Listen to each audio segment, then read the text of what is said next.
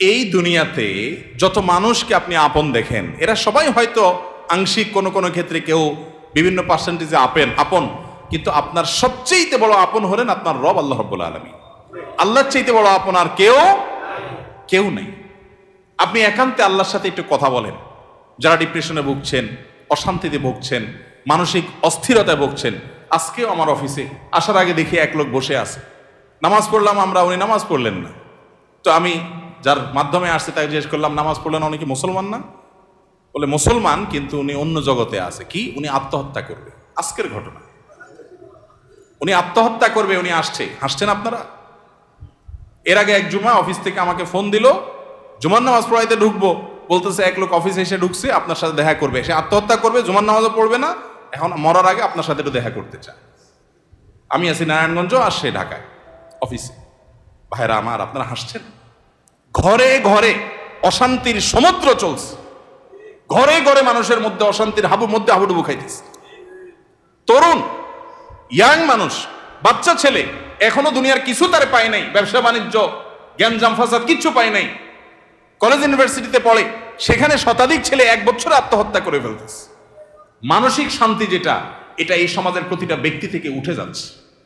প্রত্যেকটা মানুষ অস্থির।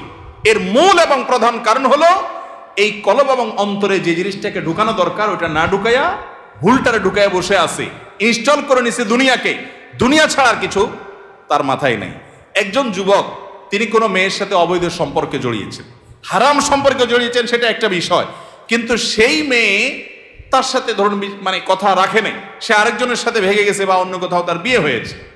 এখন সে ডিপ্রেশনে ভোগে। কেন ডিপ্রেশনে ভোগে? যে ওই পছন্দের মানুষটাকে সে পায় নাই। আলটিমেটলি এটা দুনিয়া, ঠিক না? ঠিক।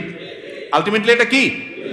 তার অন্তরে যদি আল্লাহকে স্থান দিত, আল্লাহকে যদি সবচেয়ে বেশি ভালোবাসতো, আল্লাযীনা আমানু আশাদ্দু হুব্বাল, তার অন্তরে যদি আল্লাহর সাথে মহব্বত সবচেয়ে বেশি থাকতো, আল্লাহর সন্তুষ্টিটাকে সবকিছুর উপর যদি প্রায়োরিটি দিত, তাহলে এরকম কেউ তার জীবন থেকে চলে গেছে, কেউ আসছে, কোনো দোস্ত নারাজ হয়ে গেছে, কিছু টাকা লস হয়ে গেছে, একটা ব্যবসা ছুটে গেছে, কিছু ক্ষতি হয়ে গেছে, এগুলোর কোনোটি তার জীবনে কোনো প্রকার প্রভাব ফেলতো?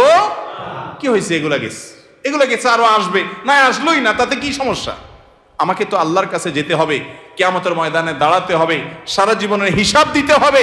আমি সেই জায়গা কি হিসাব দিতে পারবো, সেই জিনিসটা আমি ঠিক রাখতে পেরেছি কিনা, এটাই হলো আমার মূল গোলের জায়গা, এটা হলো মূল টার্গেটের জায়গা। এইভাবে যদি আপনি ভাবেন, তাহলে আপনার মধ্যে ডিপ্রেশন ইনশাল্লাহ এমনিতেই দূর হয়ে যাবে। মোহতারাম হাজরিন, অতএব সম্পদ উপার্জন করেন, ব্যবসা বাণিজ্য করেন এবং জাগতিক কাজ করেন, এতে কোনো সমস্যা নাই, কিন্তু অন্তরে দুনিয়াকে নয়, আল্লাহকে স্থান দেন।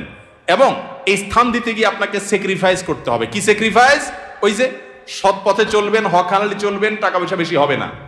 অন্যরা তো দূরের কথা, নিজের আপন মা বাবার কাছেও দাম পাবেন না, ভাই বোনের কাছে দাম পাবেন না, বইয়ের কাছেও হয়তো দাম পাবেন না, ছেলে মেয়ের কাছেও হয়তো দাম পাবেন না, বন্ধু বান্ধবের কাছেও দাম পাবেন না, এলাকার ইমাম সাহেব, খতিব সাহেব, হুজুর সাহেবের কাছেও দাম পাবেন না, কারণ পয়সা নেই।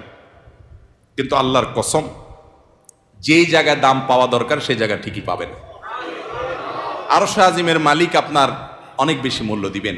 নবী করিম সাল্লাল্লাহু আলাইহি সাল্লাম কতবার এরকম বলেছেন সাহাবীদেরকে, তোমরা কোনো জান্নাতি লোক দেখতে চাও? বলি ইয়া রাসূলুল্লাহ, দেখতে চাই। একটা লোক চলে যাচ্ছে সামনে দিয়ে, তিনি জিজ্ঞাসা করেছেন, এই লোকটা সম্পর্কে তোমাদের কি ধারণা?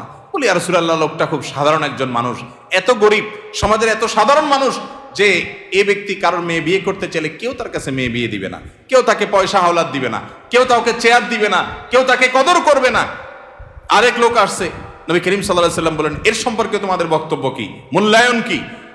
সাহাবীরা বলছেন, ইয়া রাসূলুল্লাহ, এই লোকটা যার মেয়ের বিয়ের অফার করবে, সবাই তার কাছে মেয়ে দিতে পারলে সৌভাগ্যবান মনে করবে, পয়সা আলা, ভাবসাবালা, সমাজে অবস্থানওয়ালা। সে কারো কাছে কিছু চাইলে কেউ তাকে ফেরত দিবে না, তার অবস্থান আমাদের কাছে অনেক বেশি। নবী করিম সাল্লাল্লাহু আলাইহি সাল্লাম প্রথম যে ব্যক্তি যাকে সমাজের মানুষ অনেক তুচ্ছ মনে করে, অনেক দুর্বল মনে করে, তার সম্পর্কে মূল্যায়ন করে তিনি বলেছেন, এই যে প্রথম লোকটা, দ্বিতীয় লোকটার মতো মানুষ যদি গোটা দুনিয়াতে পরিপূর্ণ হয়ে যায়, তবুও এই প্রথম এই দুর্বল, কিশোকায়, হ্যাংলা পাতলা, গরিব, অভাবী মানুষ, যাকে তোমাদের সমাজ কোনো দাম দেয় না, এই লোকটার মর্যাদা আল্লাহ রাব্বুল আলামিনের কাছে ওই দ্বিতীয় লোকটার মতো মানুষ গোটা দুনিয়াতে পরিপূর্ণ হওয়ার চাইতে বেশি। ভাইরা আমার, এজন্য সামাজিক অবস্থান এটা আরেকটা ডেঞ্জারাস ব্যাধি, নেশা। নেশা সামাজিক অবস্থান। বেশিরভাগ লোক পয়সা করি কামাই করেন নিজে খাওয়ার জন্য না, ভাবসাবের জন্য। কিসের জন্য? ভাবসাবের জন্য। ভাবসাব বুঝেন? আমি এই জন্য প্রায় সময় বলি, গোটা দুনিয়াতে এখন অভাবটা হলো ভাবের। অভাবটা কিসের? ভাবের অভাব। যে আমাকে মানুষ লাখপতি বলবে, কোটিপতি বলবে। অনেক লোক দেখবেন যে বিদেশে হয়তো উনি সাধারণ একটা কাজ করেন, কিন্তু দেশে আইসা মাশাআল্লাহ কোট টাই বুট, ঢাকা শহরে হয়তো কোনো একটা দোকানে কাজ করেন, কিন্তু গ্রামে যায় মাশাআল্লাহ এমন ভাবে পরিপাটি হয়ে যান যে উনি ঢাকা শহরের বিশাল শিল্পপতি। আছে না নাই?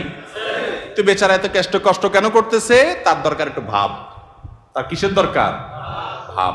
এটাকে বলে সামাজিক অবস্থান।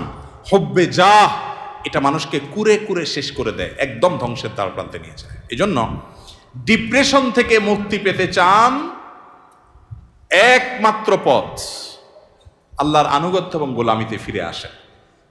সালহাতু সঙ্গে বুদি দিল খারাস আজমুদে এক জামানা খাকে বাস। ভাইরে, বহু বছর তো পাথর হয়েছিলেন, কিছু কাল একটু মাটি হয়ে দেখেন, একটু চোখের পানি ফেলে দেখেন, একটু রোনাজারি করে দেখেন, একটু আল্লাহর সাথে কথা বলে দেখেন, দুনিয়ার মোহটা ছেড়ে দেন, আল্লাহর মোহাব্বতটাকে নিজের ভেতরে আনার চেষ্টা করেন, আল্লাহর গোলামিটা করে দেখেন।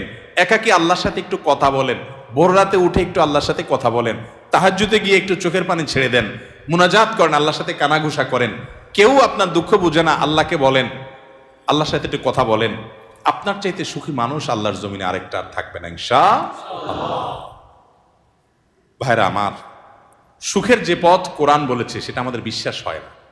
সম্ভবত হাসান বসরি রাহিমাহুল্লাহ বা অন্য কোন এক তাবেঈ বলেছেন, কোরআনে আল্লাহ রাব্বুল আলামিন বহু জায়গায় ওয়াদা করেছেন যে আল্লাহ তাআলা মানুষকে দুনিয়াতে সুখ স্বাচ্ছন্দ্য দিবেন। মান আমিলা সালিহাম মিন যাকারিন আও উনসা ওয়া মুমিন ফালানুহইয়ান্নাহু হায়াতান তাইয়্যিবা। নারী হোক আর পুরুষ হোক, যে ব্যক্তি ঈমান আনার পর নেক আমল করবে, আল্লাহ নির্দেশ মতো নিজের জীবনকে পরিচালিত করবে, এটাই তার জীবনের মূল টার্গেট।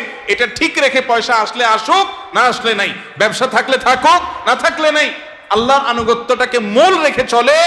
আল্লাহ রাব্বুল আলামিন ওয়াদা করেছেন দুটি বিষয়ের। এক, ফালানুহইয়ান্নাহু হায়াতান তাইয়্যিবা, তাকে অবশ্যই অবশ্যই, যারা মাদ্রাসার ছাত্র বা আলেম ওলামা তারা জানেন, ফালানুহইয়ান্নাহু লামে তাকিদ বা নুনে তাকিদ সাকিলা, তিনটা তাকিদ দিয়ে আল্লাহ বলেছেন ফালানুহইয়ান্নাহু, অবশ্যই অবশ্যই অবশ্যই আমি তাকে দুনিয়াতে সুখী জীবন দিব।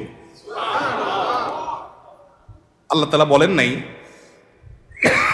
সম্পদের পাহাড় গড়তে পারলে, বিশাল বড় চেয়ারের মালিক হতে পারলে, গদি দখল করতে পারলে, সামাজিক অবস্থান হলে ওই ব্যক্তিকে আমি সুখ দিব। আল্লাহ বলেছেন ঈমান আনার পর যদি নেক আমল করো, আল্লাহর গোলামি যদি কেউ করতে পারে সমস্ত ক্ষেত্রে, যে আল্লাহর আনুগত্য ঠিক রেখে দুনিয়ার সব ঠিক থাকলে থাকুক, আর না থাকলে সব বাদ, আমার বন্ধু অন্তরে তাকে জায়গা দিলাম যতক্ষণ পর্যন্ত আল্লাহ রাব্বুল আলামিনের কোনো আদেশ নিষেধ লঙ্ঘন না হয়। তার সাথে বন্ধুতা করতে গেলে আমার আল্লাহকে হারাইতে হয়, তো বন্ধু বাদ, স্যাক্রিফাইস করে দিলাম। আমি কোনো গ্রুপকে, কোনো বলয়কে আমি পছন্দ করি, ভালো লাগে তাদেরকে, কিন্তু তাদের ভালো লাগতে গেলে দেখি না আল্লাহর ভালো লাগা আর পাওয়া যায় না, তো বাদ, আমার জীবন থেকে আমি সরাই দিলাম। আমি একটা ব্যবসা করতে যাচ্ছি, বিশাল বড় লোভনীয় অফার, হাতছানি পয়সার, কিন্তু এটা করতে গেলে আমার আল্লাহর নিষেধাজ্ঞা লঙ্ঘন করতে হয়, হারাম করতে হয়, তো বাদ, এ লোভ ছেড়ে দিলাম। এর নাম হলো মুসলমান। এই ত্যাগ মনে হয় খুব কষ্টের না? ভাইরা আমার, আল্লাহ রাব্বুল আলামিন যা বলেছেন, আল্লাহর কথার সত্যতাটা আমল করে দেখেন। আজমুদে এক জামানা খাকে বাস, একটু আমল করে দেখেন। স্যাক্রিফাইসের ভিতরে যে আনন্দ আছে, আল্লাহর শপথ ভোগের ভিতরে সে আনন্দ। হারামের হাতছানি আছে, ছেড়ে দিছেন কেন? আমার রবের নির্দেশ নাই, অনুমোদন নাই, আমি করলাম না, দরকার নেই আমার এই পয়সা। মনে হয় খুব কষ্ট হবে, তাই না? বাহ্যিকভাবে কষ্ট হবে, রুহ যে আছে, রুহ আত্মা ভেতরটা প্রশান্ত হবে।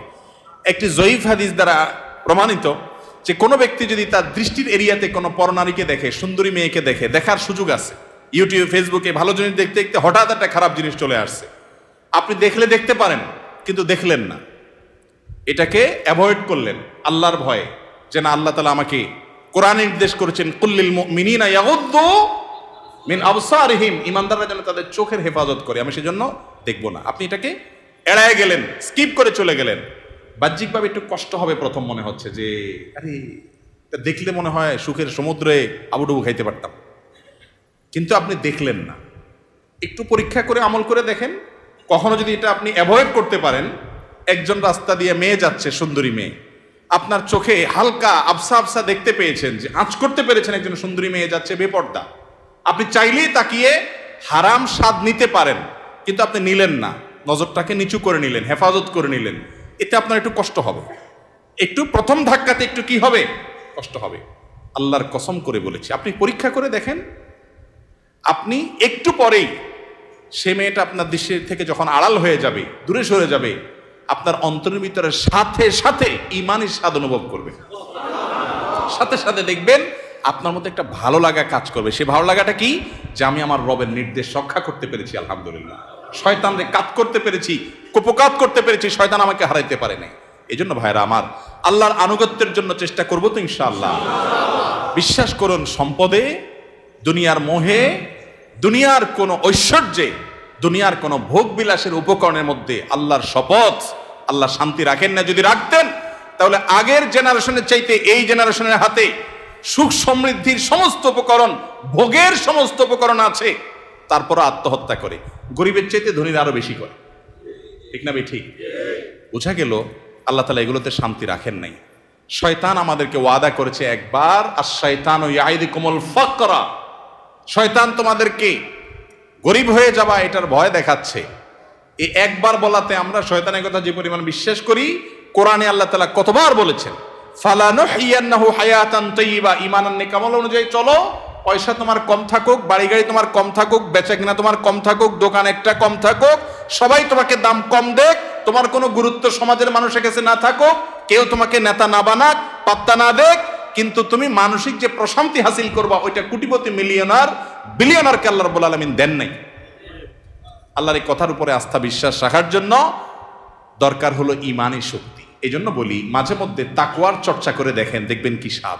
আল্লাহ তাআলা আমাদের সবাইকে তাকওয়ার সে স্বাদ আস্বাদন করার তৌফিক দান করুন। এবং ডিপ্রেশন এবং মানসিক যে অশান্তিতে মানুষ ভুগছে আজ, এটার মূল কারণ হলো দুনিয়ার মোহে অন্ধ হয়ে যাওয়া। দুনিয়ার মোহ এটা মানুষকে পাগল পরা করে দেয়, অস্থির করে দেয়। আর যখন অল্পে তুষ্ট থাকে মানুষ, যা পেয়েছে তাতে শুকর আদায় করে, আল্লাহ তাআলা নগদ শান্তি দান করেন। আল্লাহ তাআলা আমাদের সবাইকে মানসিক প্রশান্তি দান করুন।